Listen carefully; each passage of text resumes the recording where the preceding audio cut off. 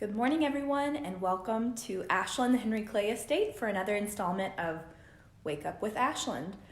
This is our virtual field trip series where every Tuesday and Thursday we're going to be coming to you live from Ashland, and we're going to be either giving you a tour, showing you an artifact. We'll do that on Thursdays. Maybe we're doing an activity. Last week we had Brenda Barrett from the Lexington Garden Club show us how to plant our own Kentucky coffee tree. So today we're actually going to be focusing on just one painting, and we're really going to be deconstructing it. So while we wait for people to kind of gather here, go ahead and go to the comment section and let me know where you're watching from, and we'll try to give you a shout out if we can. If you have questions along the way at any point, please feel free to ask. Put those in the comment section as well. And if I can't answer it, I have a colleague who's working from home who will be able to answer it. And if she's not able to answer it, we'll figure it out. We'll look it up and we'll get back to you later. That's what we do every day here at Ashland. We learn more, and we try to share that knowledge with our visitors. So you are our virtual visitors today, and Wake Up with Ashland is sponsored by Dupree Mutual Funds. So we're thankful for Dupree Mutual Funds sponsoring this. Hello, Mom and Dad from Greenville. Mitch and Julie Sumner, thank you for watching, our loyal followers. So today we're upstairs at Ashland, and I'm going to turn the camera away from myself and just kind of give you a visual, but I want to kind of give you, some expectations for today. We're not going to be doing a full room interpretation. We're just going to be focusing on one thing. And for our teachers who are watching at home and our students, you can kind of think of this as a media literacy lesson. You could even do this with your students at home. Good morning, Michelle. Hello. We're going to be focusing on one painting, and this is a campaign image. Again, we're just going to be focusing on that today. So I'm going to turn the camera around, give you a sense of where we are in the house. We're upstairs. Hi, Mike McDonald from 2 blocks away. Mike and his wife, Elaine, are 2 of our volunteers here at Ashland, and they give incredible tours, and they've been doing it for quite a while. They're very involved here in Ashland. So Mike and Elaine, it's good to hear from you. We miss having you here at Ashland, and we can't wait to get you back soon. So here we are on the landing. Just going to kind of do a little walk about the room. This is the painting that we're going to be discussing. Hey, Mary Broach, another one of our volunteers. Hi, Lynette from Harrodsburg. Hey, Matt. It's my cousin Matthew. I've got a very loyal family following. He's watching from Hartford. Bo List watching from Sayre School. Very cool. Very neat. Okay, so here's where we're going to start today, and we're going to focus on this painting, which is an incredibly important painting for Henry Clay and for our understanding of him. So I want to just kind of focus a little bit on what this painting is and what it's intended to do. So this is a campaign image, and I want you to stop for a second and think about campaign images that you can think of during your lifetime. Good morning, George from London. Nice to have you here. Thanks for joining us. Think about the campaign images from your time, and think about what they're trying to convey. So campaign images, while they look a little bit different during Henry Clay's time, he ran for the presidency in 1824, 32, and 44. They look a little bit different. They're paintings. They've got a lot of symbolism. The campaign images that you see today, while they may be photographs, they try to do the same thing. They're trying to convince voters in a very subtle way that they are qualified, right? And that they are, maybe they're experienced. Maybe we can look at the posture of politicians today, their facial expression, and maybe they're trying to tell us that they are experienced, that they're confident, that they're strong. All of these things can be seen in campaign images to this day. So this is just a campaign image from the 1844 election. Now, The image that you see here today is actually a copy. The original was painted by John Neagle, and it was done in about 1842 to be used for the 1844 campaign. The image that you see here today is a copy, though it's still very old. It was done by Ambrose Andrews, and it was created about 1847 and then completed by about 1852. So again, still a very old image. The original of this painting would have been or is now in Philadelphia, and there's a copy of this painting also in the Capitol building in Washington, D.C. Hello, Gaynell Warren, watching from Greenville. I see that you're a top fan. That's my grandmother, everyone. Now, we're going to do a little bit of, just kind of breaking down the symbolism here. And this is called Henry Clay, father of the American system. So what even is the American system? Well, the American system was Henry Clay's plan for the economy. And this may sound a little bit boring, but we're going to try to make it as interesting as possible because it really is interesting. Henry Clay was one of the first politicians to even have a comprehensive plan for the economy that he presented kind of like his platform. The American system's ideals are based on Alexander Hamilton's ideas for the economy. So if we have any fans of the music Hamilton, there's your Hamilton connection. Hi, Stephanie from Knoxville. Thanks for watching. So we have Henry Clay here, and he's promoting his plan for the economy called the American system. It was supported by John Quincy Adams and Daniel Webster, and it is kind of the plan for the economy that the Whig Party supported. So Henry Clay was the leader of the Whig Party. So we're going to go ahead and start breaking down the symbolism. We see Henry Clay here. By 1844, we know that he is incredibly experienced, right? He spent his entire adult life essentially in politics. And what he's doing here, you can see he's showing off, right? You can see how his hands are gesturing to the things around him, which all have symbolism. He's trying to show what he's done in his career and his support of the American system and what it's kind of garnered Americans. So the American system has three basic tenets.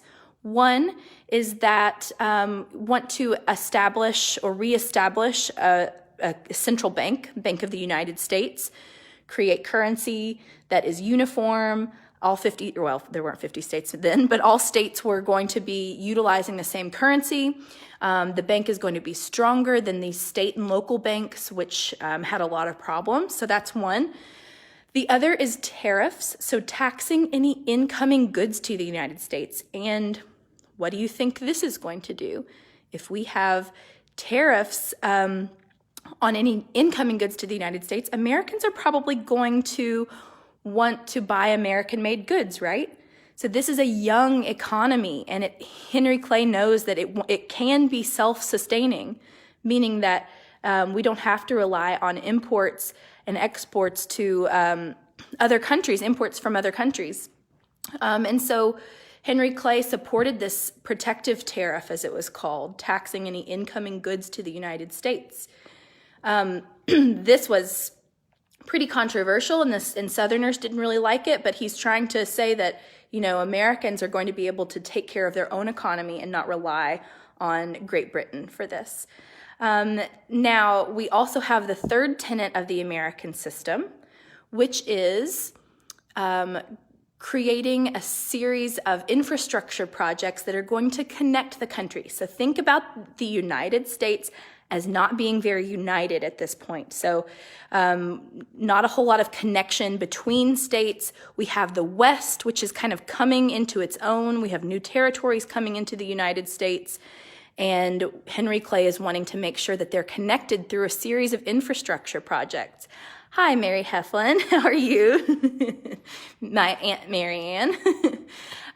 We want to look at Henry Clay here as someone who's trying to unite the country and doing this through a series of infrastructure projects. And how do we pay for these infrastructure projects? Well, partly through these tariffs That's how governments make a lot of money.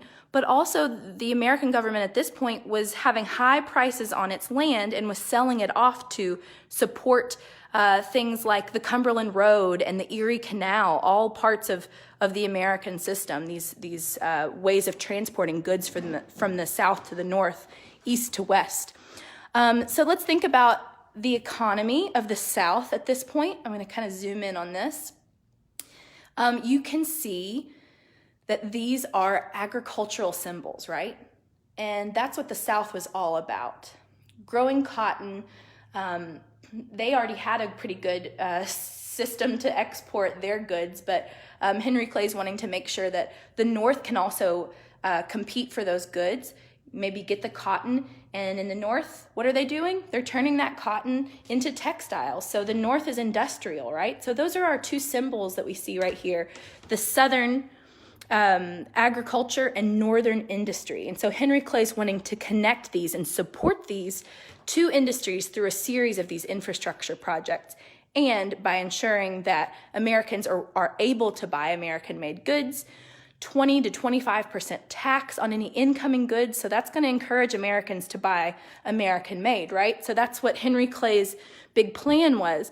And you can kind of think about this as these being kind of big, strong federal government plans.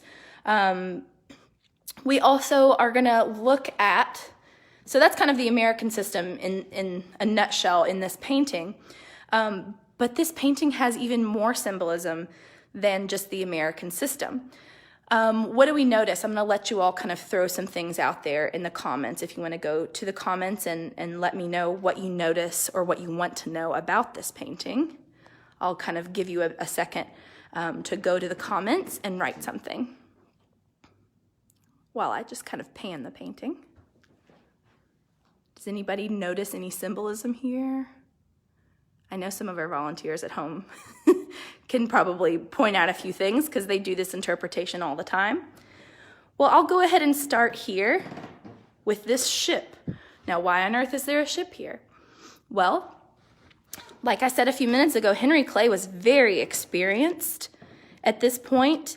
And so Henry Clay is trying to show that he's the only one who is experienced enough to be able to navigate the great ship of state into the troubled waters ahead. So the sky maybe looks a little bit more calm. That's because Henry Clay's at the helm. His experience also maybe played to his disadvantage sometimes because people knew a lot about Henry Clay. They knew all about his vices.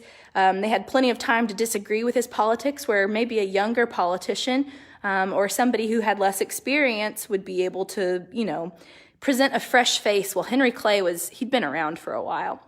Hello, Marilyn Capsmears. What is the gold thing under the flag? Okay, so good question. We have a big flag here. Now, when you have a flag draping like this in a painting, you can be assured that it has some kind of symbolism, right? So this is one place where the original painting done by Neagle differs from the one that we see here today done by Andrews. So that is actually a globe, but on the original and on the needlepoint version over here, you can see that South America is on the globe. So yes, we do have a needlepoint version of this, which is actually pretty incredible. Some of you may be starting new crafts at home. Maybe you're working on your needlepoint since you're staying healthy at home, so that'd be a pretty cool one to do.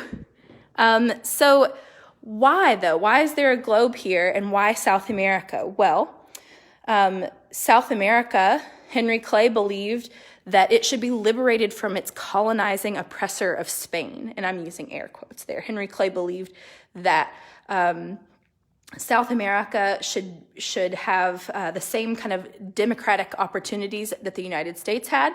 So all of the flag that you see draping the globe is spreading democratic values around the globe. So there you go, Marilyn Capsmears. That's my mother-in-law. Now, we can also see here that there is a column, and you may notice something kind of interesting about this column. It's beginning to crack, right? So this is also symbolic. We have in 1844, what on earth is going on in 1844? Well, think about it. The North and the South are really already starting to tear apart. We have the North and the South kind of going separate ways when it comes to the issue of slavery. And so this column, which kind of represents a strength of a building, just like it maybe could represent the strength of the nation, its foundation, and it's beginning to crack. So Henry Clay is going to be the person who's going to be able to repair that. And we can talk about Henry Clay's compromises and how they dealt with slavery, and we're going to do that another day. Because that's a lot to talk about. So we'll talk about Henry Clay's compromises. So Martha Hoffman says that the sky may represent the dawn of a new age. I think that that's probably a very good interpretation of what the sky is meant to represent. The dawn of a new age. Henry Clay is going to be able to, navigate us into this new era. So I think, Martha, that's a very good interpretation. It appears that there's a glow coming from Henry Clay's hands as he presents the flag. Yeah, absolutely. So it's trying to kind of highlight this, right? Highlight the American flag here. It shows Henry Clay's patriotism. It shows his experience. It shows that he is a person with a plan. He's a man with a plan. And so that's Henry Clay, father of the American system, in a nutshell. If you have any more questions, please go ahead and put those in the comments now. And while you do that, I'll just kind of talk a little bit about, who supported him and who didn't and why. Andrew Jackson was someone who did not support this at all, found that, the South may be negatively affected by this, or he believed that it may be negatively affected by this system because they already had a lot of trade routes with other countries, with their cotton. So that's one of the people who disagreed with him. Who agreed with him? Well, the gold and silver artisans of the city of New York certainly agreed with him because they presented him with this urn, this silver urn. Now, a congressman today may not be able to accept a gift like this. It's pretty incredible. And it's given to Henry Clay because of his support of American-made goods and American industries, right? So that's a pretty incredible piece that we have here from the gold and silver artisans of the city of New York. Now, the Whig Party, again, we talked about John Quincy Adams, Daniel Webster supporting the American system. Who else would have been supporting them? Well, the Whig Party was pretty interesting. Of course, it doesn't exist today. We have this campaign banner that could have been held in a rally, and it says, Henry Clay, the friend of his country, protector of her home industry. Probably made by women, but of course at this time women were not given the right to vote. The Whig Party, however, was a little bit more allowing of women to contribute to political conversations, so didn't go so far as to promote them getting the right to vote, though Henry Clay's great-granddaughter, Madeline McDowell Breckinridge, would do just that. But that's kind of just an interesting thing to think about, who's making these decisions at this time and who's not getting to make the decision. So I want to show you one more relevant artifact. Before we go, I'm going to go down the stairs and hold on to the rail. It's this quilt. So I'm going to zoom in. Again, this is most likely Whig women making this. And what do you notice? There's a little bit of a glare there. In each of the stars, if we've got quilters at home, we have little images of Henry Clay throughout this quilt. And those were made from campaign ribbons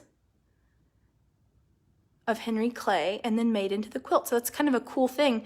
And on the issue of campaigning, Henry Clay, it was during his time, it wasn't even considered right or proper to campaign for yourself. But Henry Clay really changed that. His generation, his 1824 campaign where he lost to John Quincy Adams, From that to his 1844 campaign where he lost to James K. Polk, he really has a lot of campaign imagery that wouldn't really have been acceptable socially years prior. So he's actually changing the way that we campaign. So if you're already sick of campaign ads, you can have Henry Clay to thank for that. So it's really kind of interesting the way that this two-party system really coalesced around the Whigs and the Democrats, and how Henry Clay was changing the way that Americans were understanding who their politicians were, who they were able to vote for. This campaign image that you see here was created, then it was distributed in a million different ways. It was printed on different things. It wasn't just one big painting. So if there are no other questions for us, we're going to end there. I really thank you all for coming and joining us here at Wake Up with Ashland. If you have something that you're really itching to know about, a part of the tour that you want to hear, maybe you want to know all about the China or, I don't know, some kind of decorative arts or anything like politics. If you have something that you're wanting to hear from us, let us know in the comments and we'll do that. There's no reason not to. We've got plenty of time here. We have the house to ourselves, so we're able to kind of, really just answer your questions and do exactly what you want. Why do you think he never became president? Very good question. Several reasons. First is that he didn't get enough votes. That's just a joke. Of course, that's one of the reasons, but why didn't he get enough votes? Well, he, like I said, was very experienced. So he had too many years of experience for people to disagree with him. We see that being an issue all the time, even up till today.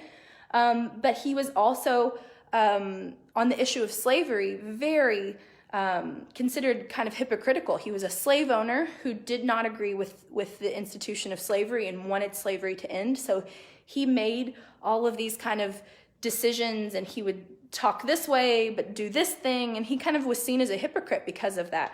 So that's one of the reasons that he didn't become president as well. He also had a lot of vices, which we can talk about in another room. We can talk about Henry Clay, who was a drinker, a gambler. He was a duelist. He was seen as, he was involved in the Tariff of Abominations and the corrupt bargain. And you can learn a little bit more about the corrupt bargain. And every Monday, Wednesday, and Friday, we're going to be maybe sparring a little bit on social media with the Hermitage, Andrew Jackson's Hermitage. So tune in and check us out on Monday, Wednesday, and Friday. We'll kind of be going back and forth with jabs from Henry Clay and Andrew Jackson. So thank you all. I hope that answered your question. Thank you all so much for joining us today. And we'll see you on Thursday, when our curator, Eric Brooks, is going to be getting another artifact out of our collection and really doing a deep dive. So tomorrow I'll be posting what that artifact is. You'll be able to ask questions of Eric, and he'll be able to answer them for you on Thursday, live, 9 a.m. Eastern Standard Time. So you can kind of check that out too. It's a really cool way to get a behind the scenes look at Ashland. So thank you all so much for joining us. We can't wait to see you again on Thursday. I hope you all are staying healthy at home, and we're thankful that we're able to do this with you all every week. Thanks so much. Bye.